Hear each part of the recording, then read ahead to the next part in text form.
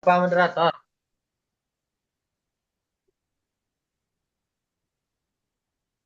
Assalamualaikum warahmatullahi wabarakatuh. Waalaikumsalam warahmatullahi wabarakatuh. Pada video kali ini kami akan presentasikan modul 14 pada uh, NetAkat yang berjudulkan konsep konsep routing atau routing konsep. Yang pertama, saya akan dibacakan oleh saya sendiri. Di sini pada 14.0.2 apa yang harus kita pelajari dalam modul ini. Yang pertama itu ada penentuan jalur, terus eh, yang kedua penerusan paket, ketiga tinjauan konfigurasi router, dan yang keempat tabel tabel perutaan pada IP, dan yang terakhir itu routing statik dan dinamis. Selanjutnya ada 14.11.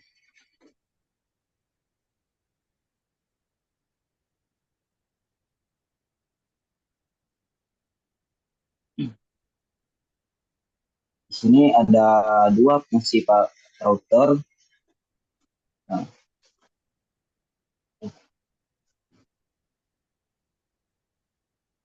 untuk fungsi pada router ini, pada sebelumnya, eh, sebelum router itu meneruskan paket ke manapun, uh, setiap PC ataupun router lain, router harus menentukan jalur terbaik untuk paket tersebut. Nah, di topik kali ini akan menjelaskan bagaimana router membuat keputusan untuk meneruskan paket, yaitu untuk switch Ethernet digunakan untuk menghubungkan perangkat akhir dan perangkat peralatan lain. Nah, seperti switch Ethernet lainnya ke jaringan yang sama. Nah, router ini menghubungkan beberapa jaringan yang berarti router memiliki beberapa antarmuka yang masing-masing itu memiliki jaringan IP yang berbeda. Nah, setelah itu pada saat router menerima paket IP pada setiap antarmuka, maka router akan menentukan jalan mana yang akan digunakan untuk meneruskan paket ke tujuan. Nah, ini dikenal sebagai perutaan atau jalan yang akan digunakan router untuk meneruskan paket yang mungkin merupakan tujuan akhir. Nah, selain itu, pada the determine function of router RP dimension itu, ini adalah fungsi utama router itu menentukan jalur terbaik untuk meneruskan data berdasarkan informasi di setiap perusahaan yang menentukan paket ke tujuan. Nah, untuk contohnya itu ada pada 14.1.2.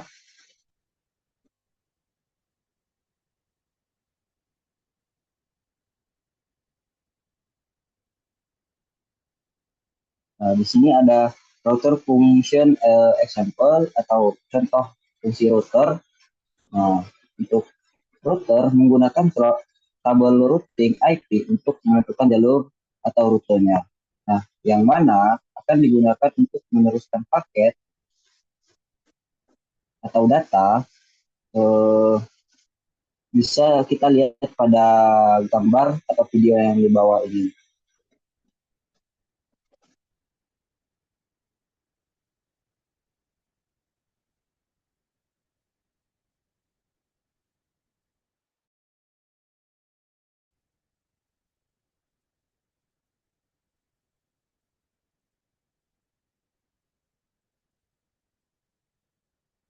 Nah, seperti itulah perutaan pada router saat akan mengirimkan data. pada 14.1.3 best part equals long mesh atau jalur terbaik sama dengan pencocokan terpanjang. Di situ yang dimaksud pada topik ini adalah di mana dengan router harus menentukan jalur terbaik dalam double routing. Nah, jalur terbaik dalam trouble routing juga dikenal sebagai pencocokan terpanjang. Nah, pencocokan terpanjang ini adalah proses yang digunakan router untuk menentukan pencocokan antar muka IP, tujuan data, dan entry routing dalam trouble routing. Selanjutnya pada 14.4 ya.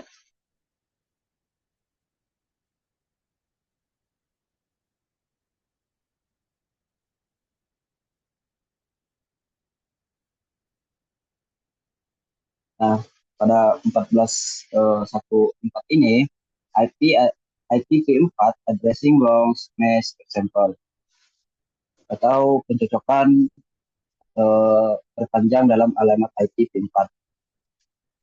Nah, di sini nih di dalam tabel yang ada di bawah ini sebuah paket IPv4 memiliki alamat IPv4 dengan tujuan 172.16.0.10. Nah, router memiliki tiga entry rute dalam tabel putaan IPv4 yang cocok dengan paket ini, yaitu 172.16.0.0/12 dan 172.16.0.0/18 dan yang terakhir itu 172.16.0.0/26. Nah, dari ketiga rute tersebut yang memiliki kecocokan terpanjang itu adalah 172.16.0.0/26. Ini dipilih untuk meneruskan paket agar salah satu rute ini dianggap cocok. Harus ada setidaknya jumlah bit yang cocok untuk ditujukan ke dalam subnet host tersebut.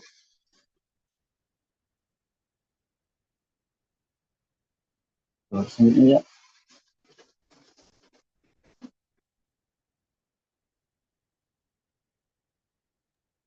Saya lagi dong.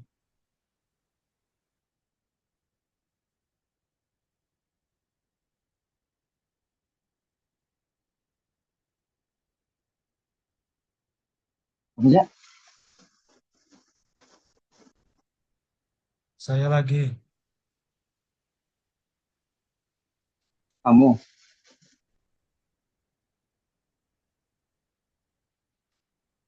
Berikutnya pada poin 14.4.1 yaitu rute source atau sumber rute. How does a router know where it can send packet? It creates a routing table that is based on the network in which it is located. A routing table contains a list of routes to no network or prefix and prefix length. The source of this information is derived from the following. Yaitu bagaimana router mengetahui kemana ia dapat mengirim paket. Router membuat tabel routing berdasarkan jaringan tempat ia berada. Tabel routing berisi daftar rute ke jaringan yang diketahui, yaitu awalan dan panjang awalan. Sumber informasi ini berasal dari hal-hal berikut. Yang pertama, jaringan yang terhubung langsung. Yang kedua, rute statis. Yang ketiga, protokol perutuan dinamis. Pada gambar R1 dan R2 menggunakan protokol routing dinamis OSPF untuk berbagi informasi routing.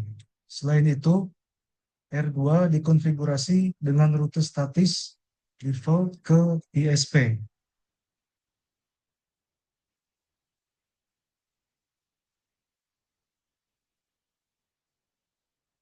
Ini adalah keterangan rute atau IP route dari R1.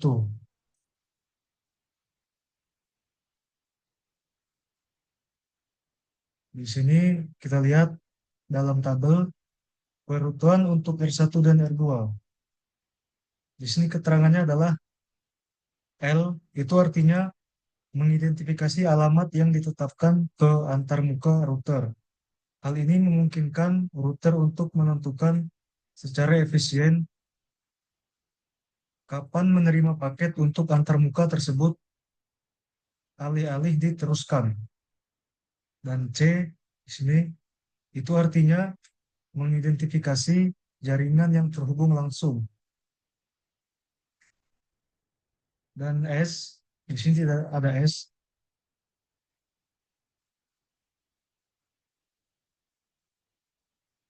Ya, hanya ada L dan C. Dan juga ada O. O itu artinya mengidentifikasi jaringan yang dipelajari secara dinamis dari router lain menggunakan protokol routing OSPF. Berikutnya pada 14.4.2, yaitu Routing Table Principles atau prinsip dari tabel routing. Ada 3 prinsip tabel routing seperti yang dijelaskan dalam tabel ini. Ini adalah masalah yang diatasi dengan konfigurasi protokol routing dinamis atau dynamic routing dan juga rute statis yang tepat pada semua router antara perangkat, sumber, dan tujuan. Yang pertama di sini, setiap router membuat keputusannya sendiri berdasarkan informasi yang dimilikinya tabel rutenya sendiri. Contohnya, ini contohnya. R1 hanya dapat meneruskan paket menggunakan tabel rutenya sendiri, yaitu OSPF. Dan R1 tidak mengetahui rute apa saja yang ada di tabel routing untuk router 2. Berikutnya, informasi pada tabel routing satu router belum tentu sama dengan tabel routing yang lain. Contohnya, hanya karena R1 memiliki rute dalam tabel rutenya ke suatu jaringan di internet melalui R2, belum tentu R1 mengetahui tentang jaringan yang sama. Berikutnya, informasi perutuan tentang suatu jalur tidak memberikan informasi perutuan kembali. Itu artinya, contohnya R1 ini menerima paket dengan alamat IP tujuan dari PC1 dan alamat IP sumber, yaitu dari PC3. Hanya karena R1 tahu cara meneruskan paket melalui Giga Ethernet 0/0/0, bukan berarti ia tahu cara meneruskan paket yang berasal kembali ke jaringan jarak jauh PC3.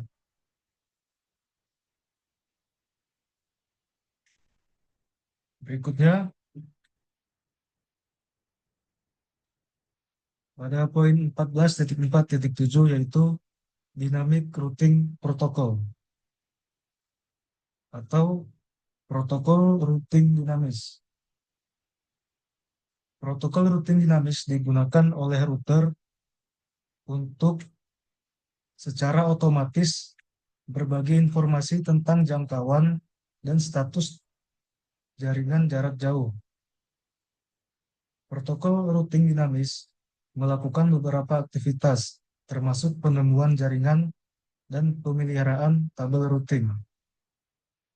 Keuntungan penting dari protokol Kerutuan dinamis atau keuntungan dari dynamic routing adalah kemampuannya untuk memilih jalur terbaik dan kemampuan untuk secara otomatis menemukan jalur terbaik yang baru ketika ada perubahan dalam topologi.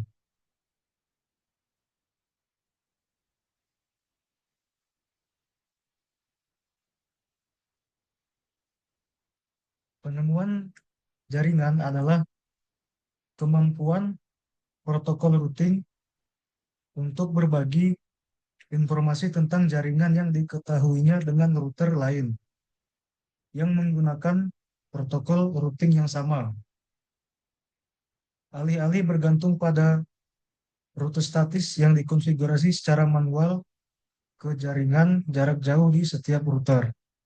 Protokol routing dinamis memungkinkan router untuk secara otomatis mempelajari jaringan ini dari router lain. Jaringan ini dan jalur terbaik ke masing-masing ditambahkan ke tabel routing router dan diidentifikasi sebagai jaringan yang dipelajari oleh protokol routing dinamis tertentu. Gambar ini menunjukkan router R1 dan R2 menggunakan protokol routing umum untuk berbagi informasi jaringan.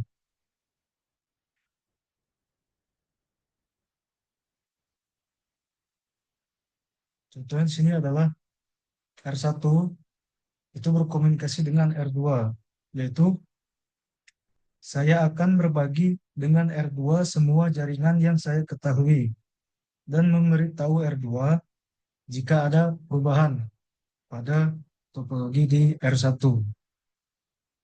Lalu R2, saya akan berbagi dengan R1 semua jaringan yang R2 ini ketahui atau topologi yang ada di belakang R2 dan memberitahu R1 jika ada perubahan pada topologi R2.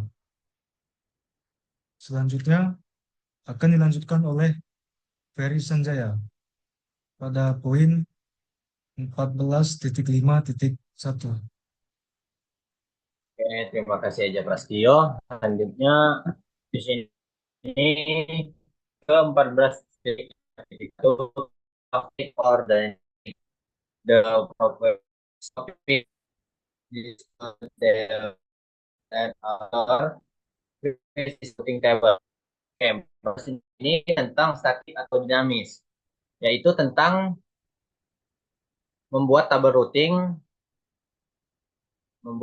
routing. Nah, yang di sini ada static router atau router statik. Rute statik umumnya digunakan dalam skenario sebagai berikut. Yang pertama di sini ada sebagai rute default yang meneruskan paket ke penyedia layanan. Yang kedua ada untuk rute di luar domain.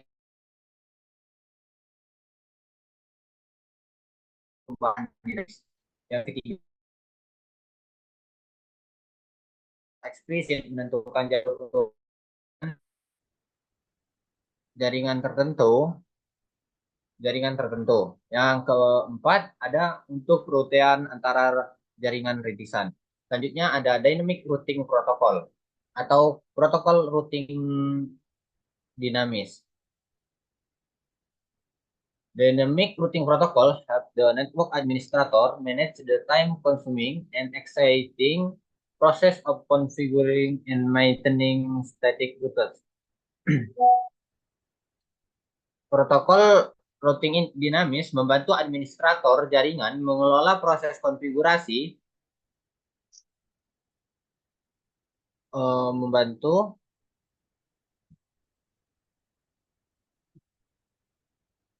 jaringan.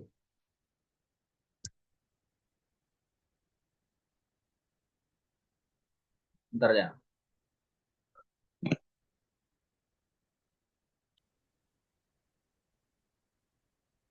Protokol routing dinamis membantu administrator jaringan mengelola proses konfigurasi dan pemeliharaan rute yang statis yang memakan waktu dan rumit. protokol routing dinamis diimplementasikan dalam semua jenis jaringan yang terdiri dari lebih dari beberapa router.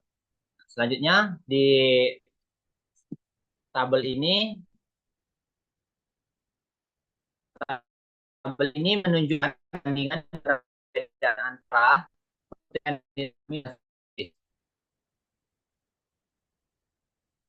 Nah, pertama itu ada fitur yang ada protein dinamis. Yang ketiga ada protein statis. Oke, kita lihat salah satu dari kompleksitas konfigurasi. Kalau dinamis itu terlepas dari ukuran jaringan. Kalau protein statis itu meningkat seiring dengan ukuran jaringan. Yang kedua ada perubahan topologi atau topologi change. Protein dinamisnya secara otomatis beradaptasi dengan perubahan topologi. Nah, yang protein statis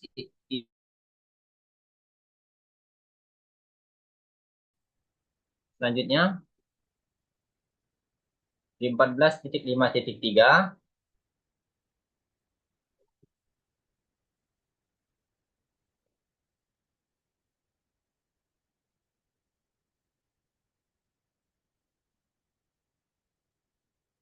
itu ada dynamic routing protocol concept.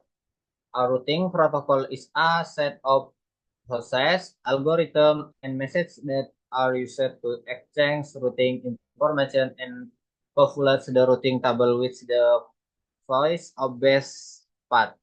The purpose of dynamic routing protocol includes the following: discovery of remote network, maintaining up-to-date routing information, choosing the best path to the destination network, ability to find a new best path if the current path is no longer available. Maksudnya adalah 14.5.3 ini adalah konsep protokol routing dinamis. Protokol routing adalah serangkaian proses, algoritma, dan pesan yang digunakan untuk bertukar informasi dan mengisi tabel routing dengan pilihan jalur terbaik. Nah, tujuan dari protokol routing dinamis meliputi hal-hal di bawah ini. Yang pertama itu ada penemuan jaringan jarak jauh. Yang kedua, menjaga informasi rute tetap terkini. Yang ketiga, memilih jalur terbaik ke jaringan tujuan. Yang keempat, ada kemampuan untuk menemukan jalur terbaik baru jika jalur saat ini tidak lagi tersedia. The main components of dynamic routing protocol includes the following: data struktur, dua, routing protocol message, yang ketiga, algorithm. Maksudnya adalah komponen utama protokol routing dinamis meliputi hal-hal berikut. Yang pertama itu ada struktur data, yaitu protokol routing biasanya menggunakan tabel atau basis data untuk operasinya. Yang kedua ada pesan protokol perutean. Protokol perutean menggunakan berbagai jenis pesan untuk menemukan router tetangganya. Yang ketiga ada algoritma. Algoritma adalah daftar langkah terbatas yang digunakan untuk menyelesaikan suatu tugas. Selanjutnya di bawahnya terus ini videonya.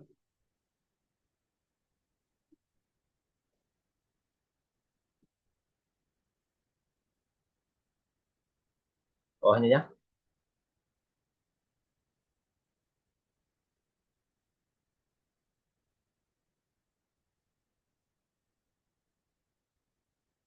Bawahnya.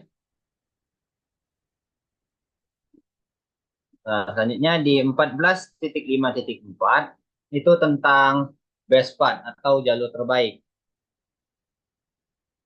Before a path to a remote network is applied to the routing table, the dynamic routing protocol must determine the best path to that network. Determining the best path may influence of the solution of multi path to the same destination. Maksudnya adalah jalur terbaik sebelum jaringan jarak jauh ditawarkan ke tabel perutian, protokol perutian dinamis harus menentukan jalur terbaik ke jaringan tersebut.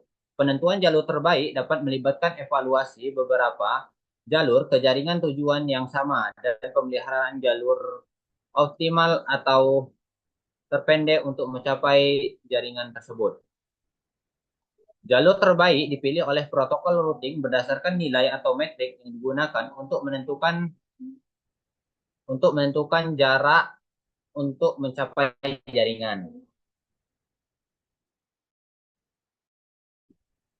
Oke, saya kembalikan kepada moderator.